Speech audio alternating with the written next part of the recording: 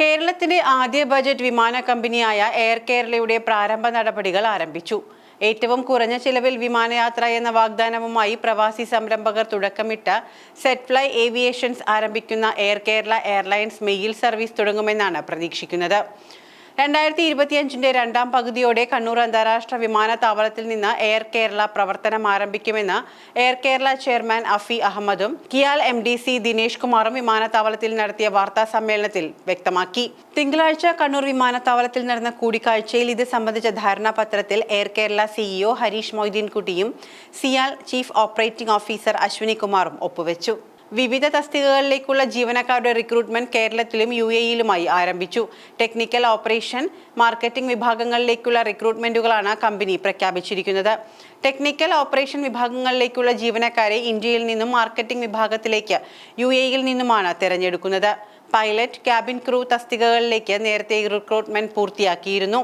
പ്രധാന പൈലറ്റിനെയും ട്രെയിനി പൈലറ്റുമാരെയും നിയമിച്ചു. ഇന്ത്യൻ വ്യോമയാന നിയമങ്ങളെക്കുറിച്ചും സാഹചര്യങ്ങളെക്കുറിച്ചും കൂടുതലായി അറിയുന്നത് ഇന്ത്യക്കാർക്കായതിനാൽ പൈലറ്റ് തസ്തികകളിൽ ഇന്ത്യയിൽ നിന്നുള്ളവർക്കാണ് നിയമനം. അതേസമയം വിദേശികളായ പൈലറ്റ് ട്രെയിനികളെയും പരിഗണിക്കുന്നുണ്ടെന്നും എയർ കേരള CEO ഹരീഷ് മൊയ്തീൻകുട്ടി പറഞ്ഞു. 2025 രണ്ടാം പകുതിയിൽ ആദ്യ വിമാനം സർവീസ് ആരംഭിക്കുന്ന രീതിയിലാണ് ക്രമീകരണങ്ങൾ നടക്കുന്നത്.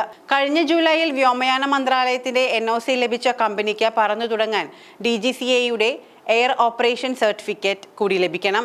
ഡയറക്ടർ ജനറൽ ഓഫ് സിവിൽ ഏവിയേഷൻസിൽ നിന്ന് എയർ ഓപ്പറേഷൻ സർട്ടിഫിക്കറ്റിനായി കമ്പനി കാത്തിരിക്കുകയാണ്.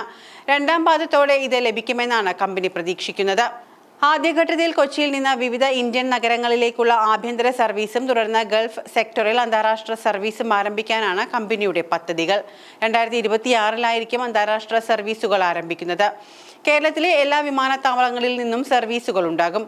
3 ATR വിമാനങ്ങളുമായി കേരളത്തിലെ 4 വിമാനത്താവളങ്ങളിൽ നിന്നും ആഭ്യന്തര സർവീസുകളാണ് ആദ്യം ഉണ്ടാവുക. 2 വർഷത്തിനകം വിമാനങ്ങളുടെ എണ്ണം 20-ലേക്ക് ഉയർത്തി രാജ്യാന്തര സർവീസുകൾ ആരംഭിക്കാനാണ് ലക്ഷ്യമിടുന്നതെന്നും ഇവർ വ്യക്തമാക്കി. കേരളത്തിൽ നിന്ന് അയൽ സംസ്ഥാനങ്ങളിലെ ഇടത്തരം നഗരങ്ങളിലേക്കായിരിക്കും കൂടുതൽ സർവീസുകൾ.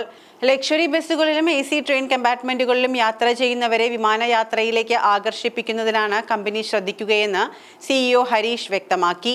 മത്സരക്ഷമമായ യാത്രാ നിരക്കുകളായിരിക്കുമെന്നും അദ്ദേഹം കൂട്ടിച്ചേർത്തു. ആദ്യഘട്ടത്തിൽ 3 ATR വിമാനങ്ങളാണ് എയർ കേരള വാങ്ങുന്നത്.